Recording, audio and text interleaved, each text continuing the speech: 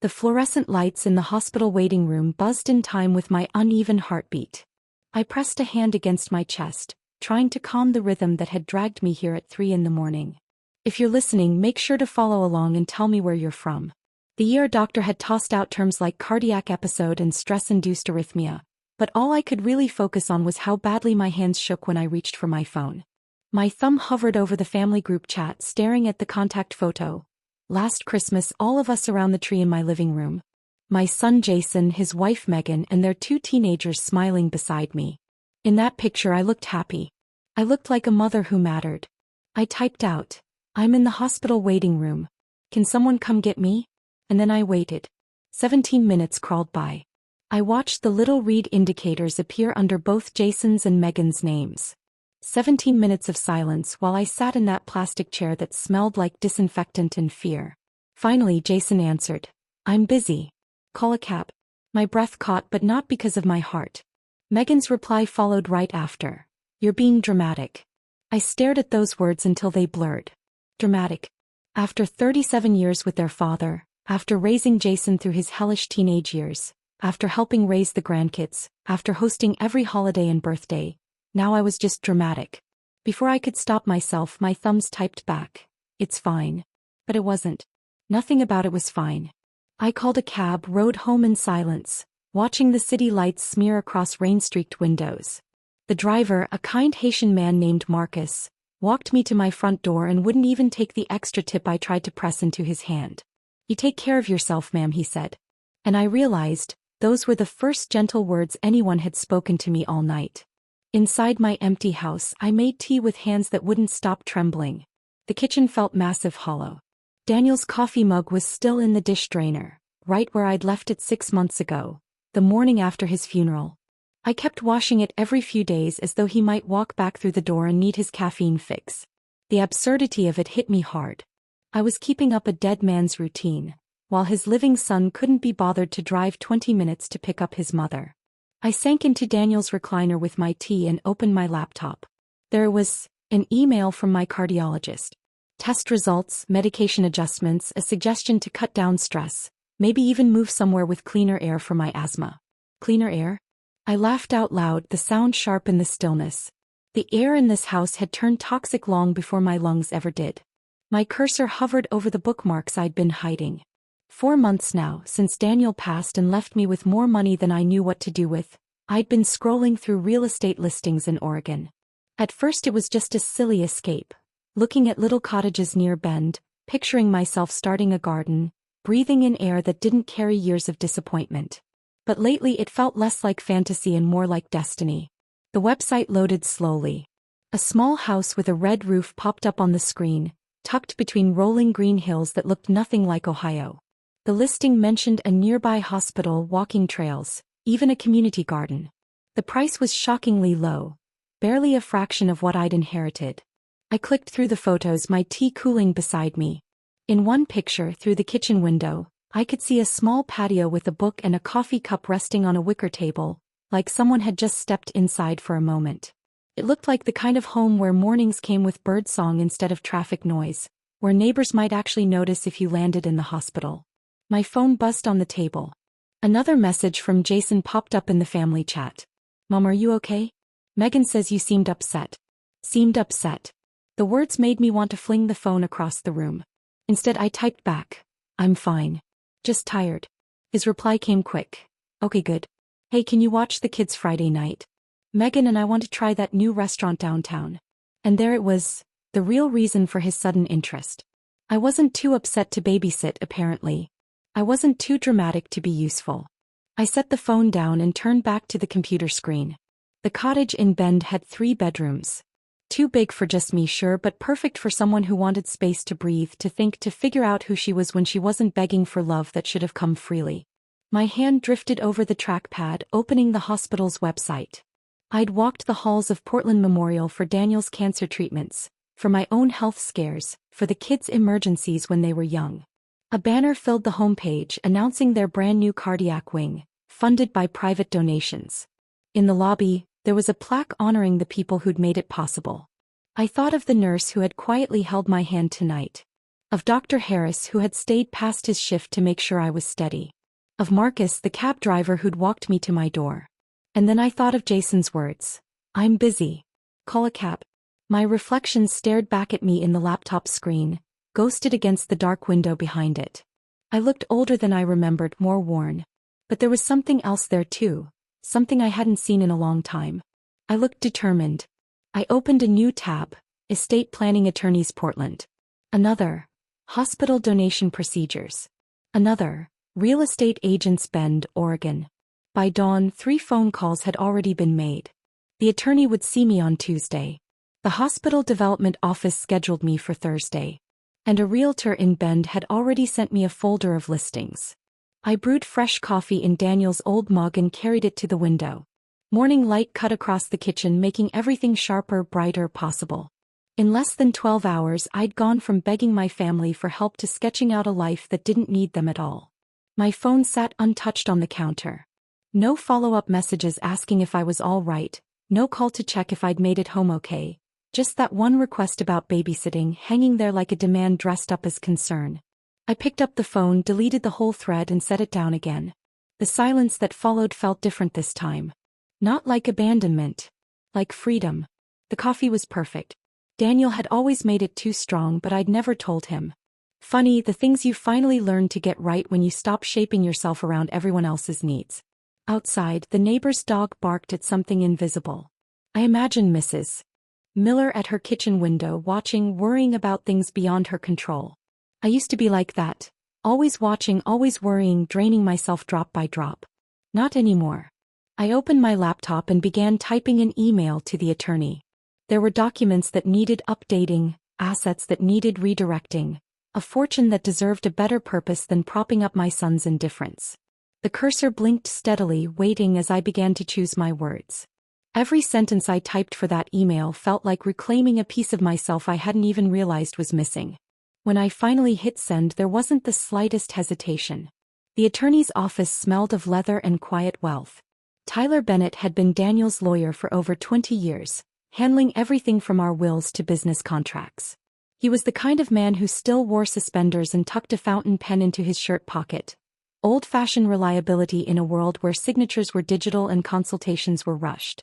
Emily, he said, leaning back in his chair, fingers steepled over the papers spread across his mahogany desk. I have to ask, are you certain about this? These changes are substantial. I adjusted the strap of my purse and met his eyes. I've never been more certain of anything. But Jason is your only child, he pressed gently. Cutting him out entirely. I'm not cutting him out. The words came out sharper than I meant. I softened my voice, though not my resolve. I'm choosing where my husband's legacy goes. Daniel built that fortune to make a difference. He believed in helping people who couldn't help themselves. Tyler nodded slowly. He'd known Daniel since their early days as young lawyers, had watched him grow his construction company from nothing into a chain of shopping centers and office buildings across 3 states. Daniel did always say he wanted his money to matter after he was gone. Then you understand, I said, pulling out the folder I'd prepared. Portland Memorial saved my life last week. And not just medically. They reminded me what compassion feels like. The nurse who held my hand. The doctor who stayed late. Even the janitor who brought me extra blankets. That's where Daniel's money should go. All of it. I signed the first page with Daniel's fountain pen, the one Tyler himself had given him after his first big deal.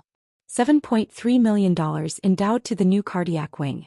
I asked for a plaque to be placed in memory of Daniel Lawson, a man who believed in caring for others. With every signature, my hand grew steadier. With every page, I felt lighter, stronger, like I was finally doing something he would have been proud of. What about Jason's children? Tyler asked. College funds, something to secure their future? I hesitated, picturing Grace and Michael, 15 and 13. Old enough to have phones, but somehow too busy to ever text their grandmother. When had I last heard their voices? Halloween, when Megan had brought them by for 12 hurried minutes, just long enough to show off costumes and collect candy. They have parents who can provide for them, I said at last. Parents who apparently think I'm too dramatic to worry about. The bitterness in my voice startled even me. I've spent 6 months waiting for them to include me. I'm done waiting. Tyler notarized the stack of documents with practiced ease. And the house. I meet the realtor tomorrow. I want to move quickly, I said, gathering my papers. I've already found a place in Bend. The air will be better for my asthma. He walked me to the door, his face troubled. Emily, I've known you and Daniel for decades. This doesn't sound like you. Maybe that's the problem, I answered, shaking his hand firmly. Maybe I haven't been myself for too long. On the drive home, I passed Jason's neighborhood. Without even meaning to, I turned down his street, slowing as I neared the house Daniel had helped them buy 8 years back. A lovely colonial with a wraparound porch and tall oak trees shading the yard. Exactly the kind of family home I used to dream of filling with grandchildren's laughter. Megan's BMW was in the driveway, parked beside a red Jeep I didn't recognize. Through the wide bay window, I caught glimpses of people gathered in the living room. From the sound of laughter drifting into the cool autumn air, it was obvious. A dinner party. Last Friday night, while I lay in a hospital bed with monitors chirping around me, they'd been here entertaining friends. Too busy to come get their mother, but not too busy for wine and conversation with people who mattered to them. I stayed in my car for 5 long minutes, just watching shadows move past the glass. Then the front door opened. Megan's sister, Hannah, stepped out with a casserole dish balanced in her hands. She looked relaxed, glowing, like she fit perfectly in a place where I'd never quite belonged. My phone rang. Jason's name lit up the screen. Mom, I thought I saw your car on my street. Are you okay? I could have lied. Could have driven around the block, pretended I hadn't seen their little gathering. The old Emily would have made excuses for them, convinced herself that Friday night dinner parties had nothing to do with Friday night emergencies. Instead I said I'm fine. Just driving by. Oh well, we've got a few people over. Megan's making that pasta you like. Want to come in? An afterthought. A pity invite. I watched as Hannah slid the empty dish into her Jeep, waving goodbye to the guests still inside. The party was already winding down. I knew what they were offering me, the cleanup shift. That's kind, I said softly. But I can't. I've got an early morning. Oh, what's going on? Just some appointments. Nothing important. Maybe next time. Relief in his voice, plain as day. Then came the real reason for the call. Hey, did you think about Friday night? Watching the kids? I didn't hesitate. I won't be available Friday. Or any Friday, actually. I'm making some changes. Changes? I'll explain later. Tell Megan the pasta smells wonderful from here. And before he could answer, I hung up. I drove home through streets that suddenly felt less like a trap and more like a map I was finally learning to read. The hospital's development office wasn't what I expected. No sterile walls or glossy fundraising brochures. Instead, I stepped into a warm conference room lined with family photos, and someone had brewed coffee that actually tasted good. The director, a woman named Lisa White, greeted me with a smile that felt like genuine delight. Mrs. Lawson, when you called about a donation, I thought you meant maybe a few $1,000s. But the number you mentioned, she shook her head, still stunned, it would fund our entire cardiac expansion project. That's the idea, I said, taking a sip and studying her expression. Lisa wasn't trying to steer me or sweet-talk me. She was just grateful. And that, oddly enough, felt foreign. If you don't mind me asking, she continued, what inspired such generosity? So I told her about Daniel. About how he believed money should work harder than the people who earned it. About his grandfather who had died of a heart attack at 43 because he couldn't afford proper care. About the night I'd spent in their ear, feeling invisible, abandoned, until the staff reminded me that kindness still existed. What struck me most, I added, was reading those donor plaques in your lobby. People who gave because they wanted others to receive the same care that had saved them. That's exactly what Daniel would have wanted. Lisa's eyes glistened as she blinked back tears. We'll make sure his name is honored appropriately. The Daniel Lawson Cardiac Wing would help thousands of people. I leaned forward and made one request. I'd like to make the announcement myself. A press conference, maybe next week. Of course, Lisa said. Our marketing team can coordinate with the local media. This is exactly the kind of story that inspires others to give. As we went over logistics and timelines, something stirred in me, something I hadn't felt in months. Purpose. This wasn't about punishing Jason or proving a point. It was about using the resources I'd been entrusted with to do something meaningful, something that would outlive all of us. When I got home, 3 voicemails were waiting on the answering machine. All from Jason. Mom, I keep thinking about our conversation last night. What kind of changes are you making? Call me back. Another.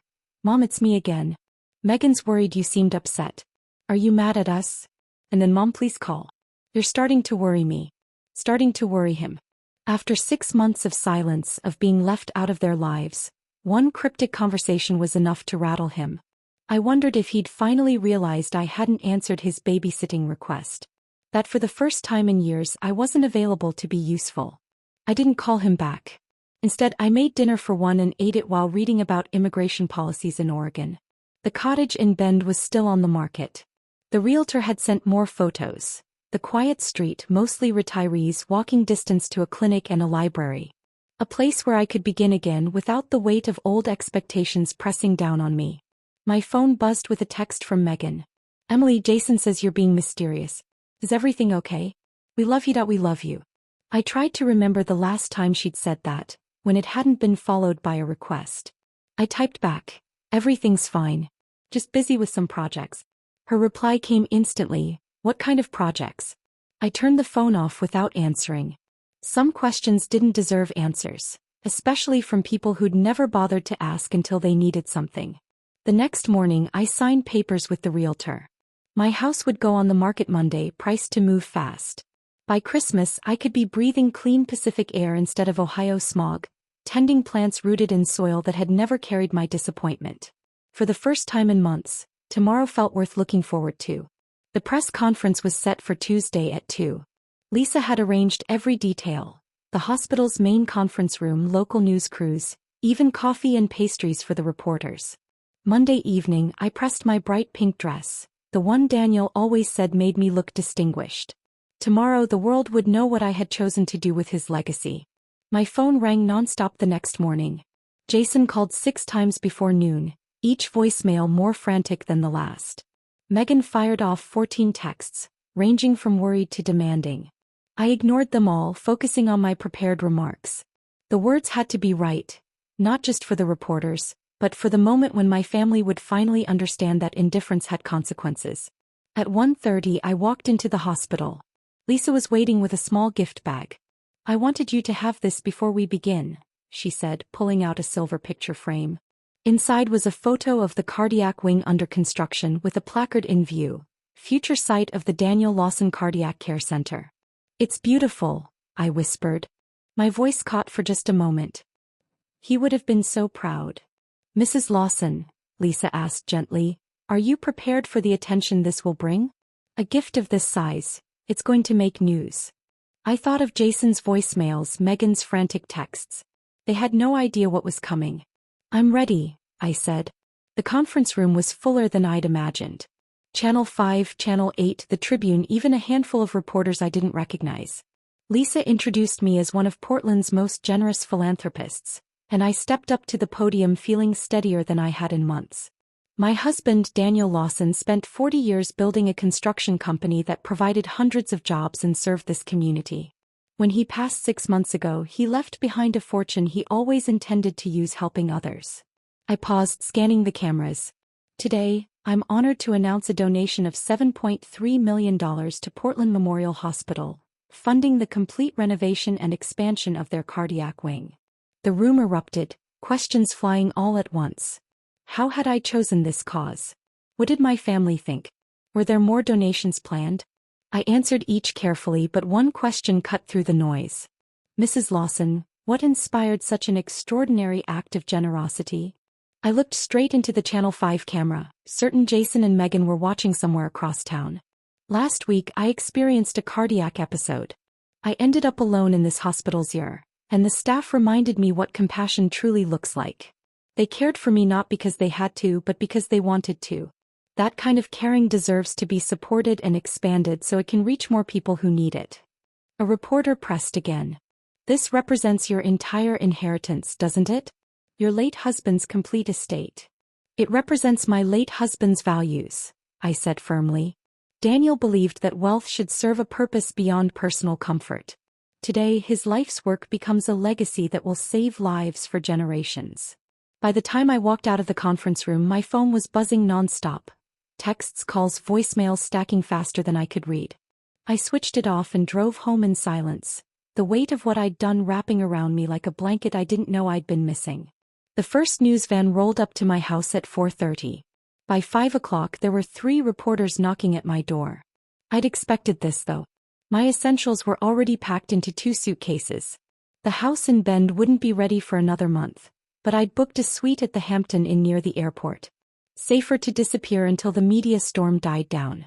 I was loading my car when Jason's BMW screeched into the driveway. He jumped out before it even stopped, his face flushed with panic and fury. Megan climbed out slower, her expression carefully controlled. "Mom, what the hell did you do?"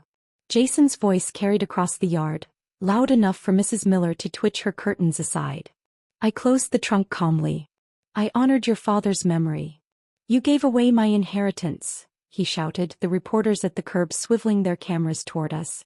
$7 million. That was my money. "It was your father's money," I corrected. "And now it's going to help people who need it." Megan stepped forward, her lawyer's training clear in the way she kept her tone even. "Emily, we know you're upset about last week. About the hospital situation. We're sorry if we came across as insensitive," Megan said carefully. "But surely we can work this out. There must be a way to reverse the hospital thing." I repeated her words softly. "The hospital thing. Is that what you're calling it?" Jason dragged his hands through his hair, pacing the driveway like a trapped animal. "Mom, I don't understand. I thought we were a family. I thought you'd want to leave something for your grandchildren, for their future. When's the last time you spoke to them about me, Jason? When's the last time you brought them to see me?" He stopped, blinking at the change in direction. "What does that have to do with anything? Answer the question." Megan touched his arm, a silent plea to stay calm. He shook her off. "I don't know, Mom. We're busy. The kids have school activities, you know how it is." "No, I don't. Explain it to me." A reporter edged closer, her cameraman following. Jason noticed, dropped his voice. "Can we please talk about this inside? There's nothing to discuss." I pulled my keys from my purse. "The papers are signed. The announcement has been made. Daniel's money is going where it can do the most good. But what about us?" Jason's voice cracked. "What about our relationship?" I studied his face. The boy I had raised, the man I had supported through college, through his first business venture. The father whose children barely knew my name. "What relationship, Jason?" The words lingered in the air. Megan shifted uncomfortably, probably already calculating legal angles. Jason opened and closed his mouth like he wanted to argue, but nothing came out. "I have to go," I said finally. "The reporters are making the neighbors uncomfortable." "Where are you going?" Megan asked sharply. "Away." I opened the car door. "I'm selling the house and moving somewhere with cleaner air. Doctor's orders." "You can't just leave," Jason protested. "This is your home. Your family is here. My husband is dead and my son thinks I'm dramatic when I need help." "What family?" He flinched as if I'd struck him. For a moment his face softened, maybe even with real hurt. "Mom, I'm sorry about last week. I was in the middle of a crisis at work and You had a crisis at work?" I nodded slowly. "And I had a crisis in the hospital." "Which one of us called the other for help?" Silence spread between us. The cameras rolled. Mrs. Miller stepped onto her porch, staring openly. Other neighbors crowded their windows, drawn to the scene. "We can fix this," Megan said suddenly, desperation creeping in. "We can spend more time together, include you more. The kids would love to see you." "Would they?" I asked. "Or would you love the free babysitting?" Her cheeks flushed pink. "That's not fair. Neither is being ignored until you need something." I slid into the driver's seat. "I'm done being useful to people who don't actually want me around." Jason stepped closer, pressing a hand to my window. "Mom, please don't do this. We love you." "Love isn't just words, Jason. It's action. And I waited 6 months for you to show it. I'm done waiting." I started the engine. As I backed out of the driveway, I saw him in the mirror, standing in the street looking lost. Megan was already on her phone, no doubt calling her attorney friends. Reporters swarmed, catching every angle of the unfolding drama. I didn't look back. The hotel suite was quiet, anonymous. Exactly what I needed. Room service, clean sheets, and a view of planes lifting off toward destinations untouched by disappointed children or manipulative daughters-in-law. I ordered wine with dinner and watched the evening news from bed. Channel 5 led with the story. Local widow donates entire fortune to hospital that saved her life. They interviewed Lisa, who spoke beautifully about Daniel's legacy and the lives that would be changed. The footage cut to the construction site where the new cardiac wing was rising. Then they aired my final exchange with Jason. His desperate question about our relationship hanging in the air like an accusation. The anchor wrapped up with commentary about seniors choosing philanthropy over inheritance, speculating about what might drive a mother to make such a dramatic choice. My phone, once switched back on, showed 47 missed calls and over 100 texts. I deleted them all without reading and ordered another glass of wine. Tomorrow I would begin the process of applying for my visa to Oregon. Tomorrow I would start the life I should have chosen 6 months ago, when Daniel died and left me free to chart my own path. Tonight I would finally sleep. Better than I had since the night I'd sent that text for help and learned, once and for all, where I stood in my son's priorities. The engines outside my hotel window had hummed me to sleep like a lullaby, carrying strangers toward new lives. Soon I would be one of them. 3 weeks later I sat in my furnished one-bedroom in Bend, sipping coffee and watching the sunrise turn the mountains gold.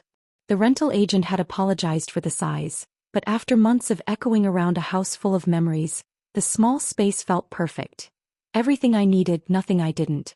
My new phone, with a number Jason and Megan didn't know, buzzed with a message from Lisa White. The cardiac wing construction had already begun ahead of schedule.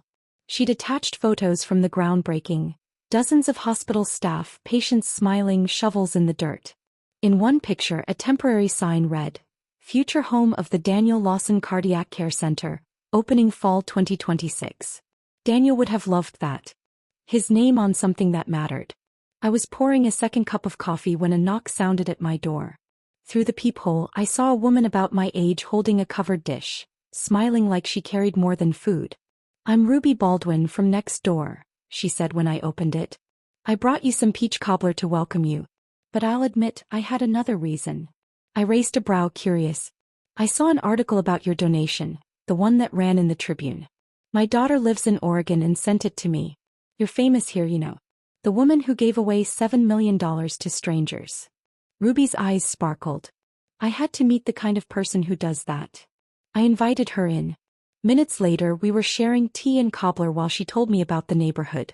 A retired teacher, widowed 2 years ago, she had moved here to be near her son, but discovered she preferred independence to his constant worrying. "The funny thing about adult children," Ruby said, "is they spend so much time deciding what's best for you that they forget to ask what you actually want." "That's very true," I murmured, thinking of Jason's daily voicemails. Lisa had mentioned they still came, begging to work out a payment plan to undo what I'd done. He couldn't accept that my choice had been deliberate. "My son keeps pushing me toward a retirement community. For my own good, of course. But I like my freedom. I like knowing I can hop on a bus to Portland if I want, or stay up all night reading without anyone checking on me." She studied me closely. "I imagine you understand that feeling more than I realized." Ruby stayed nearly 2 hours. By the time she left, I had dinner plans for Friday and an invitation to her book club on Sunday. Strange how easy it felt to make plans with someone who wanted nothing from me but company. That afternoon I walked to the local clinic to set up care. My new doctor, Dr. Lauren Carter, was younger than my old cardiologist in Portland, but she listened closely as I described the episode, the stress, the asthma. "The air here should help," she said after reviewing my results. "But I'm more concerned about your stress levels. Major life changes, even good ones, can affect your heart." "I feel less stressed than I have in months," I answered honestly. "That's good. Just remember, grief can be complicated. You've lost your husband, you've left your family, and you've started over. Even necessary changes can weigh on you emotionally." As I walked back along the trail by the river, I thought about her words. Was I grieving? I didn't feel heavy anymore. I felt lighter, freer, more myself. But maybe I was grieving the relationship I thought I had with Jason. The bond that turned out to be so one-sided. My phone buzzed with an international call. I almost let it go, but something made me answer. "Grandma Emily?" Grace's voice hit me like a wave. My 15-year-old granddaughter calling from half a world away. "Grace?" How on earth did you get this number? I'm good at finding things online, she said, her voice trembling. Grandma, I saw the news. I saw what Dad said to you. I'm so sorry. My knees gave way and I sank onto a bench by the water. Sweetheart, you don't need to apologize for your father. But I do. We all do. He was crying now. I didn't know you were in the hospital. Nobody told me or Michael.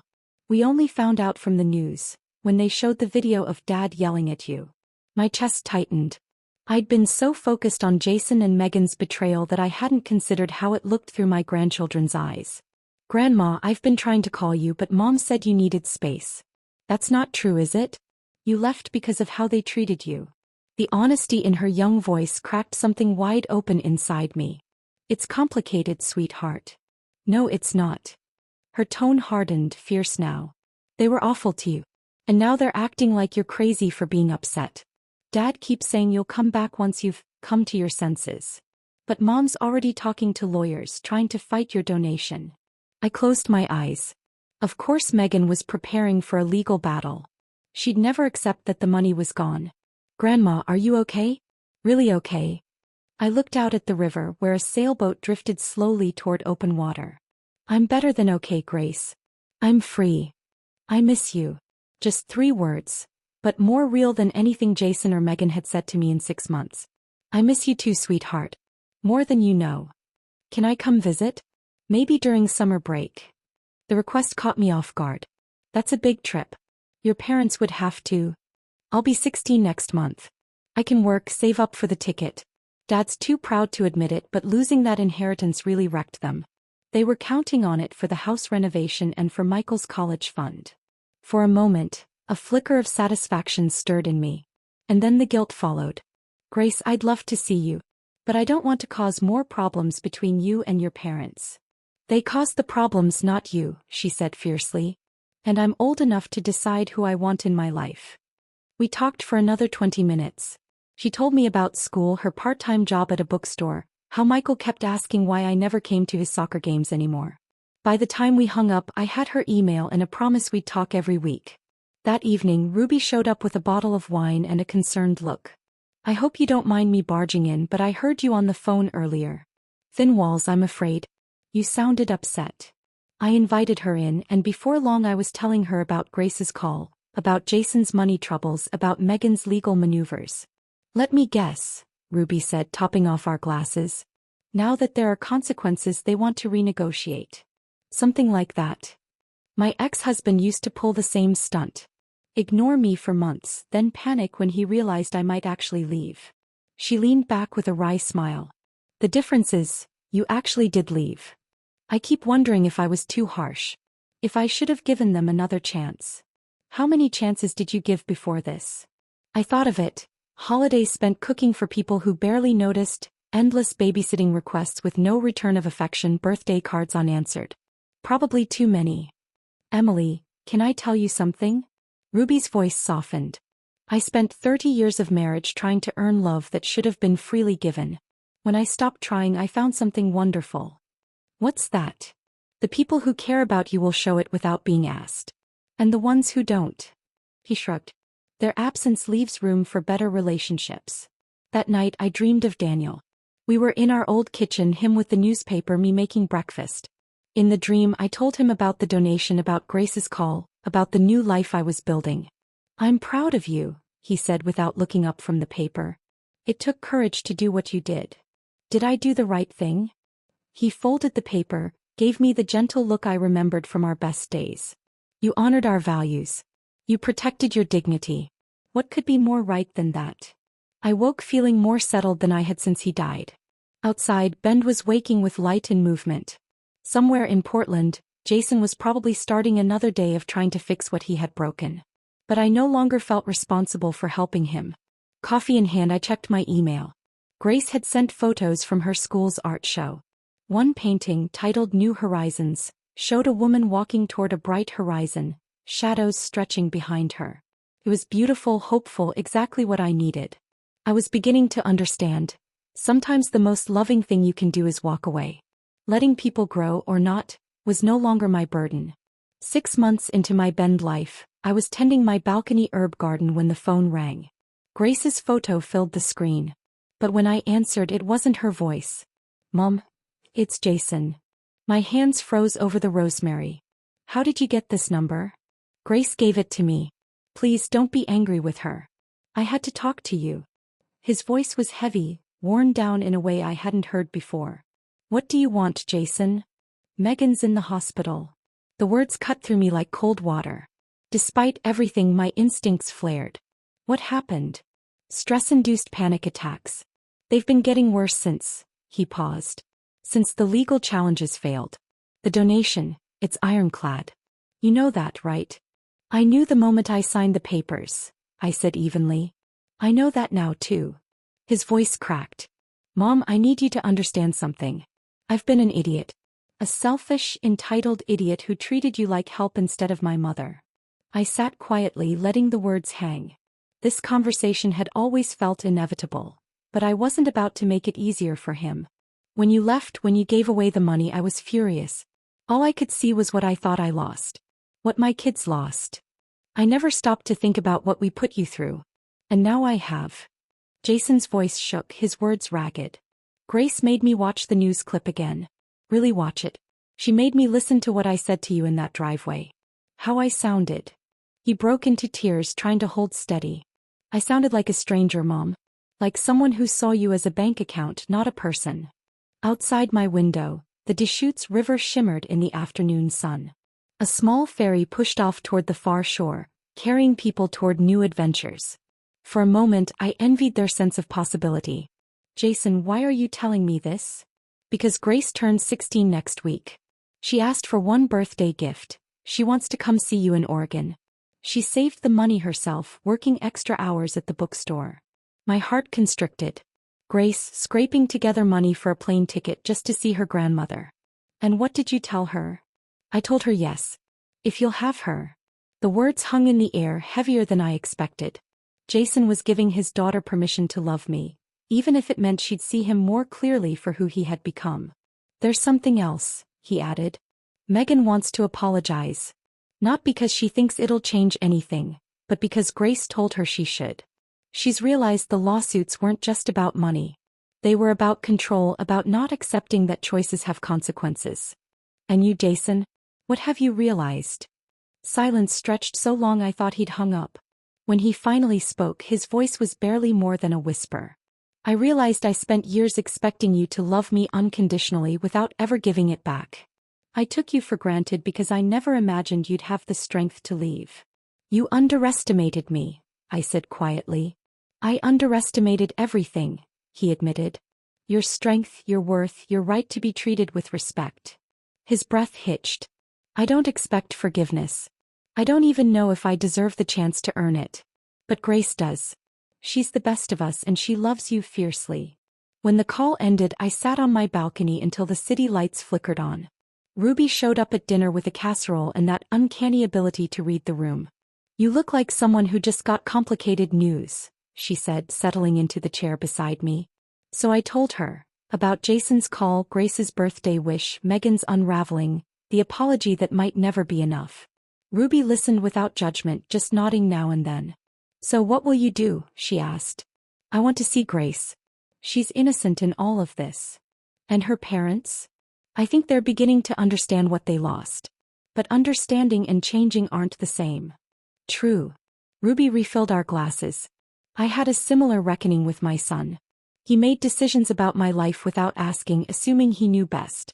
When I moved here, he was furious. It took 8 months, but I held the line. Our relationship would be on my terms or not at all. No. We had dinner last Sunday. He brought photos of his kids' school play. He finally treats me like an adult, not a burden. That night, I video called Grace to plan her trip. She sat in her bedroom, art supplies scattered across her desk. Her smile lit the screen. Grandma, Dad said yes. I can't believe it. I'm looking forward to it too, sweetheart. But are you sure? It's a long way. I've been planning for months. I know the best coffee shops, museums, hiking trails. I want to see your new life. And, she hesitated, I want to understand why you had to leave us to find it. I'm not a little kid anymore, Grandma, she said firmly. I see how Dad and Mom act when they think we aren't listening. I know they were awful to you. I just need you to know, not all of us are like that. 2 weeks later, I stood at Redmond Airport holding a sign with her name. When she came through the gate, taller than I remembered, backpack slung over her shoulder, my heart swelled. Grandma. She ran into my arms, smelling of vanilla shampoo, strong and steady. You look amazing, she said, pulling back. Different. Happier. I feel different. And I did.